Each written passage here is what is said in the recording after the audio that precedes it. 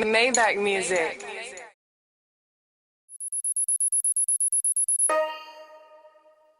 Maybach Music Group, or MMG, is a record label founded by Rick Ross in 2008 that was primed to run the 2010s of hip-hop. They had a nice beginning with 3 gold albums and 1 platinum album within the first 5 years and have had 7 #1 albums to date, but only 3 platinum albums. That would be 1 from Rick Ross and 2 owned by Meek Mill. When they were first fully assembled with the addition of Meek Mill, Wale, Stalley, Omarion, and of course Rick Ross as the faces of the label, many thought they could eventually build something similar to Rocafella or at least Murder Inc. or G-Unit. But in 2022, I can't help but feel that goal fell well short, and today the label has no relevant effect on hip-hop, neither does any artist under the umbrella when we knew them to be who they were. Rick Ross, whose latest release in 2021 has sold 30K first week, a far cry from the numbers he used to do before his label began its decline, and simply an unacceptable number for whatever reason when you call yourself the biggest boss, have endless resources, and clowned 50 Cent recently for his alleged earnings off his TV show. Other than numbers, the album just came and went. Listening to it felt like Rick Ross just put this out just cuz. Makes you think at this point if you've heard a Ross album, you've kinda heard them all. No new flows, new game, same old boss talk that, let's be honest, has a hint of asterisks next to it when you consider his law enforcement background, but hey. Then there's Wale. Now Wale is actually a guy I liked most of MMG because Wale makes real music that you can tell he puts time into down to the very last detail. Wale seems like a detailed person as a whole. People say he, like label mate Meek Mill, has a case of Twitter fingers as well, but that shows he pays attention to the small things like opinions of the people who consume his music. At some point, social media made it cool to make Wale the corny rapper associated with trash music when that couldn't be further from the truth. With that said, his last album sold the same as Rick Ross' first week and didn't have a single crack top 20 on the charts that matter.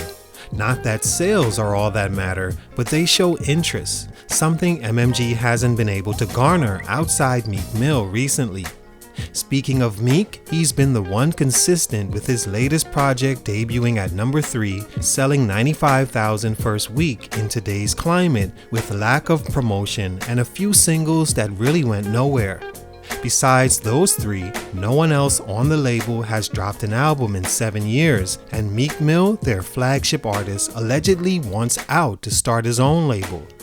Ross, as he gets older, seems less interested in a music career, so what does that mean for MMG? What happened? Let's talk about it. Salute to Jonathan Pfeiffer for this request. It's your boy JC Stunted Growth. Let's get it, man. Take a minute to like, subscribe, and comment on who I should do next. MMG, as mentioned, was on fire in the late 2000s and released their first project, Rick Ross's Deeper Than Rap, in 2009. Then the release of his most successful album in 2010, Teflon Don, that seemed like every song was a hit and on radio. I'm surprised just under 1 million is all it sold to date. The impact of that album was much greater. MMG signed Wale and Meek Mill 2011, and the roster looked to be shaping up. Later, they had additions like Stalley, Omarion, Rocky Fresh, and Fat Trell. They look poised to stamp their moment in hip-hop history and go on an unprecedented run, but none of that happened. Instead, the label is really hanging by a Meek Mill thread when he's already hinted to not wanting to be associated any longer. Stunt number 1. Only as far as the leader. The thing about building empires, and especially hip-hop labels built to take on the form of an empire at some point, is it can only grow as big as its leader in most cases. If for some reason one of the underbosses begin to produce at the level of the boss or more, it's up to the boss to allow him to be great and move aside to let him win. I think Ross, as the leader of MMG, stunted their growth because of the step back musically he had by not having a boss-worthy album since really 2014 with Mastermind, when he sold his last #1 album that went just under gold status. Rather You Than Me and Port of Miami too were cool, but not enough to be the face of a label, and a lot of that may have to do with the fact that hip-hop is a youthful game. Rick Ross was never a young man in the game as far as hip-hop age goes. His first album came out when Ross was 30 years old. He's 46 today, and in those 16 years he's done as much as he could to compete with the constant changing of musical trend in hip-hop that leaned further away from having bars and coke raps to the drug addict being praised and melodies completely taking over. In Ross's heyday, if you were singing, you were clowned and seen as less of a rap artist. Now, that form of rap is rap in 2022 and has been for years now. There's only so much a guy like Rick Ross could do to stay relevant in the game. Also, I think Rick Ross never came into the game to be the best rapper. I think he's always admired guys like Jay-Z and saw hip-hop as an avenue to make money legally, so hopped into it and it popped. For a guy that has everything he could want supposedly, why would he really care that anyone thinks his label has fallen off? Because this was who MMG had as their leader, the expiration date was already written. Stunt number 2, the non-chemistry between Meek Mill and Wale. Another huge reason MMG didn't amount to who they were supposed to, not saying they weren't still solid, but why they weren't better was because two of their young guns who were also in their primes and still seen as the youthful faces in the game just couldn't get along for some reason. Actually, I think I understand the reason, or at least what it is from my perspective. Competition. I think both guys are ultra competitive and has always seen one another as competition. You think Steph Curry doesn't see what Jordan Poole is doing right now while he's hurt as a chance this guy could take his place and be the new golden kid? With 3 championships, not that that could happen, but I'm sure as a competitor, Steph feels a little heat and fire under him to make sure he holds Poole off as long as he can. I've always felt this between Meek and Wale because they were so much more alike than maybe even they understood. Both young guns in the game who had just signed and wanted to prove themselves. There wasn't time to give helpful hands and help the other grow. It's not like Stalley and Meek or Rocky Fresh and Wale.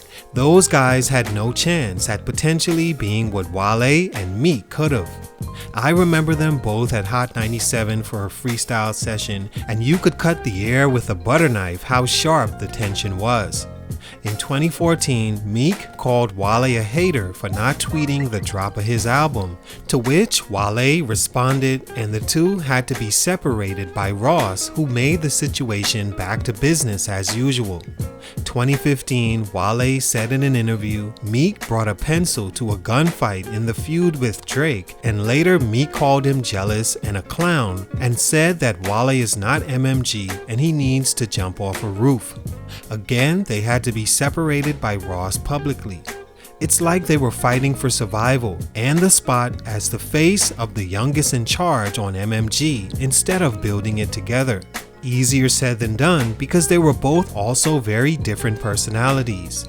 Meek, the street cat with street raps and image, and Wale, the more backpack rapper into fashion and Seinfeld and deep conversations with female friends he may not even be sexual with. Ross and Meek were of the same ilk, which made it easy to connect and easy for Meek to jump out as the face of MMG over Wale, even though to me, Wale always made better, more timeless music. With a little more chemistry, they could have been the Splash Brothers, but they were just two different of guys with the same competitiveness. Stunt number 3, time expired. And lastly, let's face it, MMG was never built to be around for the long haul, and that's okay. They had their run, although not as potent as expected, but still effective. But their artists were always going to grow and move on as they got bigger. Meek Mill was always built to stand on his own and one day maybe even be in position to run his own label as the boss like a Rick Ross or Jay-Z. Like mentioned, Ross came into the game older and with a perspective of making money, which when he made a ton of it, he began investing in other things and focusing elsewhere. Also just kicking back at almost 50 and enjoying the fruits of his labor. He did what he set out to do. Wale still releases albums under MMG and still seems to appreciate being under its leadership with no sign of starting his own flagship anytime soon, although that should have been his next stage to his growth.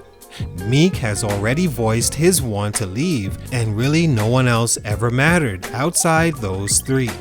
I would mention Omarion, but come on, whoever thought that was a good signing? Or that Omarion was ever going to have an effect on the street mafioso MMG and put out classic R&B albums? MMG ran its course and it's time to move on. All in all, that's the best I can explain it. They had a good run, not great, but not bust level either. Had these things not happened, they could have done something really special. Instead, for these reasons, their growth was stunted. It's your boy JC, Stunted Growth Music, and I'm out.